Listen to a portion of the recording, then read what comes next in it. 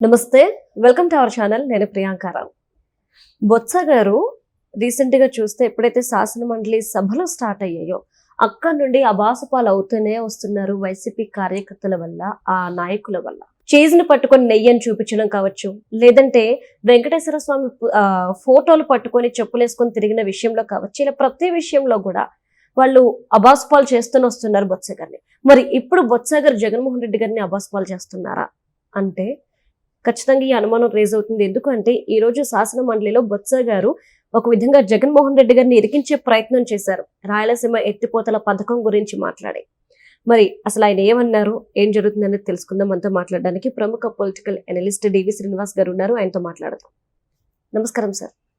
అంటే బొత్స గారు ఈరోజు శాసన మండలిలో ఏదైతే మాట్లాడారో లిఫ్ట్ ఇరిగేషన్ కి సంబంధించి రాయలసీమ, ఒక్కసారిగా అందరూ కంగు తిన్నారు. అప్పటి వరకు ఏం చెప్పారంటే కేసీఆర్ గారు, హరీష్ రావు గారు మేం చెప్పడం వల్ల ఇవన్నీ జరుగుతున్నాయి ఏపీలో పరిణామాలు అని చెప్పి వాళ్ళు చెప్పుకున్నారు.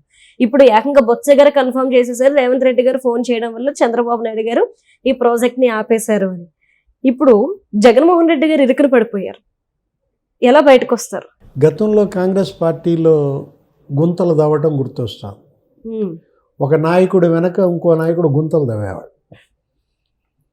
ఇప్పుడు రోసయ్య ముఖ్యమంత్రిగా ఉన్నప్పుడు ఆయన దించడం కోసం జగన్మోహన్ రెడ్డి గుంతలు దవ్వాడు. గమ్మత్తుగా జగన్ సీఎం అవుతాడు అనుకుంటే మరి సోనియా గాంధీ ఎవరిని సీఎం చేసింది? కిరణ్ కుమార్ రెడ్డిని సీఎం చేసింది. కిరణ్ కుమార్ రెడ్డి సీఎం కాగానే ఆయన వెనకాల గుంతలు దవ్వారు. ఎవరు? బొత్స సత్యనారాయణ.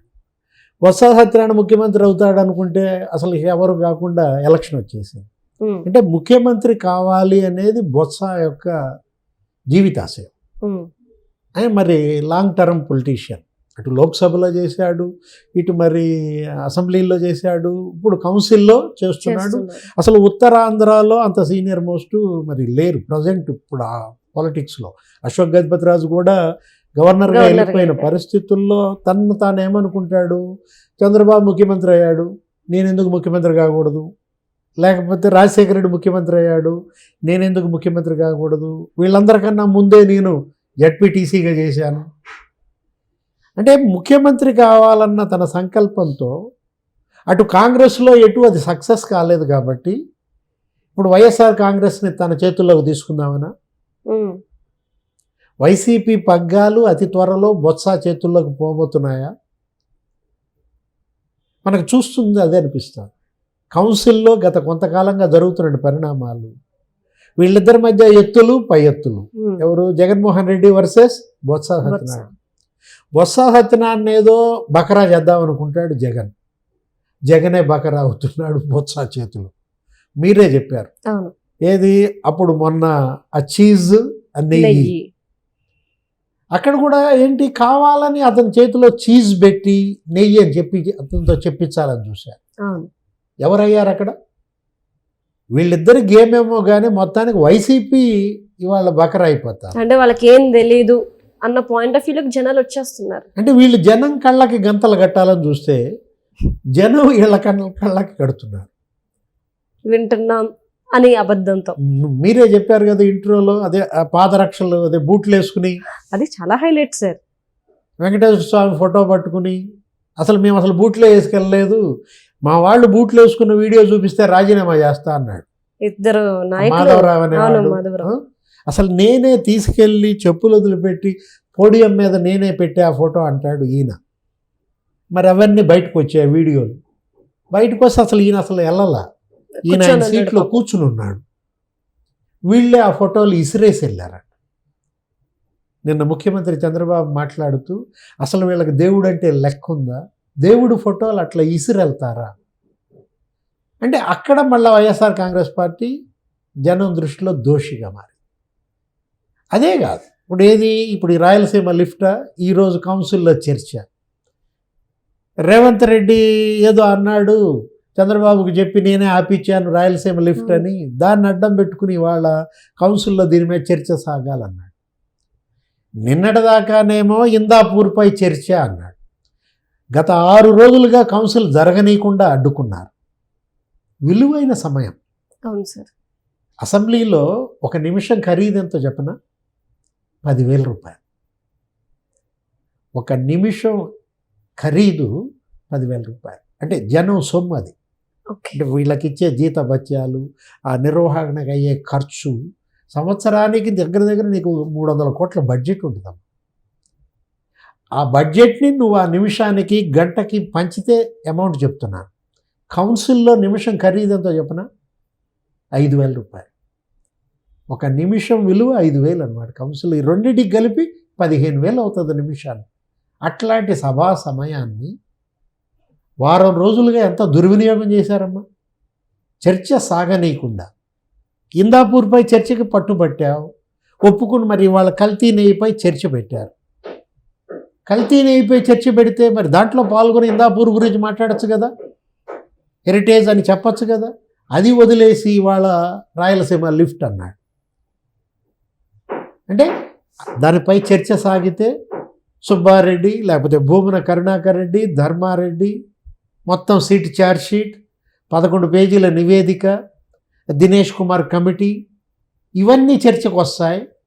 ఆ 250 కోట్ల స్కామ్ నెయ్యే కాదు, కోట్లాది భక్తుల విశ్వాస ఘాతుకం బయటపడుతుంది, నమ్మక ద్రోహం బయటపడుతున్న భయంతో దానిపై చర్చకు రానియకుండా ఏమెత్తారు? రాయలసీమ లిఫ్ట్. అసలు అక్కడ లిఫ్ట్ ఉందా? ఒక విషయం చెప్పనా, నీకు నల్లమోతు చక్రవర్తి తెలుసా? చూస్తుంటావు, ఆ వీడియోల్లో చేస్తుంటారు అనలిస్ట్గా.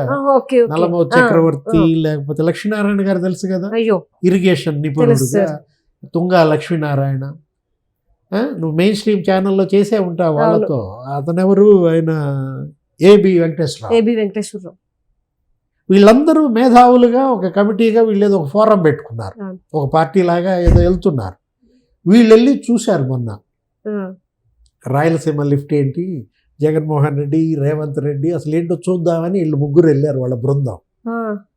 అక్కడ ఒక మోటార్ లేదు, ఓ పెద్ద గొయ్యి కనపడిందండి. ఏముంది అక్కడ? గొయ్యి. ఆ గొయ్యి ఖరీదు ఎంతో చెప్పనా? 986 కోట్లు. ఆ గొయ్యి పేరుతో 986 కోట్లు పెద్దిరెడ్డి రామచంద్రారెడ్డికి, పొంగులేటి శ్రీనివాసరెడ్డికి ఇచ్చారా? కోటగోడలు. అంటే ఇవాళ నిమ్మల రామానాయుడు ఈరోజు అదే ఏది బొత్స ఎత్తిన ఈ సబ్జెక్ట్ మీద మాట్లాడుతూ 2020లో ఈ పని ఆపేశారు సెప్టెంబర్లో. అప్పటికీ ఏది ఆ ఎంబుక్ ఎంత చెల్లించాడు? 986 కోట్లు చెల్లించాడు ఆ గొయ్యికి. మరి 2020, 2021, 22, 23, 24 దాకా సీఎం అతనే కదా. మరి నువ్వెందుకని కంప్లీట్ చేయలేకపోయావు 4 ఏళ్లలో? ఆ రోజు గ్రీన్ ట్రిబ్యునల్ నువ్వు గనక ఆ పని చేస్తే ఫైన్ వేస్తానందా లేదా? ఫైన్ వేసిందా లేదా? జరిమానా విధించింది. ఇంకా మీరు గనక పని చేస్తే అరెస్ట్ చేస్తానని నువ్వు ఆపేశావు. జగన్మోహన్ రెడ్డి ఆపేశాడు ఆ లిఫ్ట్. అదే హరీష్ రావు కూడా చెప్పాడు. ఆ మాట వాళ్ళే ఒప్పుకున్నారు బీఆర్ఎస్ పార్టీ వాళ్ళు.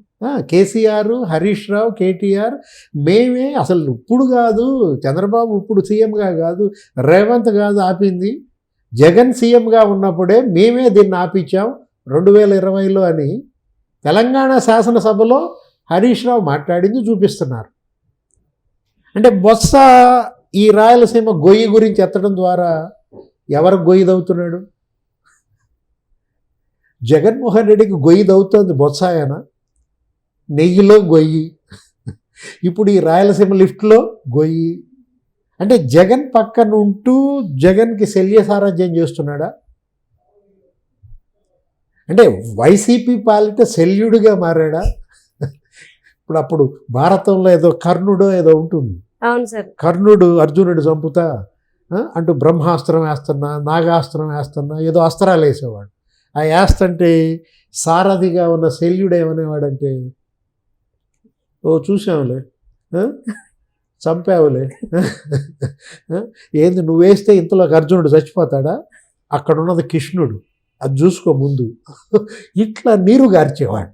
ఎవరిని? కర్ణుడు, శల్యుడు. అదే శల్య సారథ్యం అంటారు. ఇప్పుడు జగన్ పాలిట శల్యుడా? మేబీ.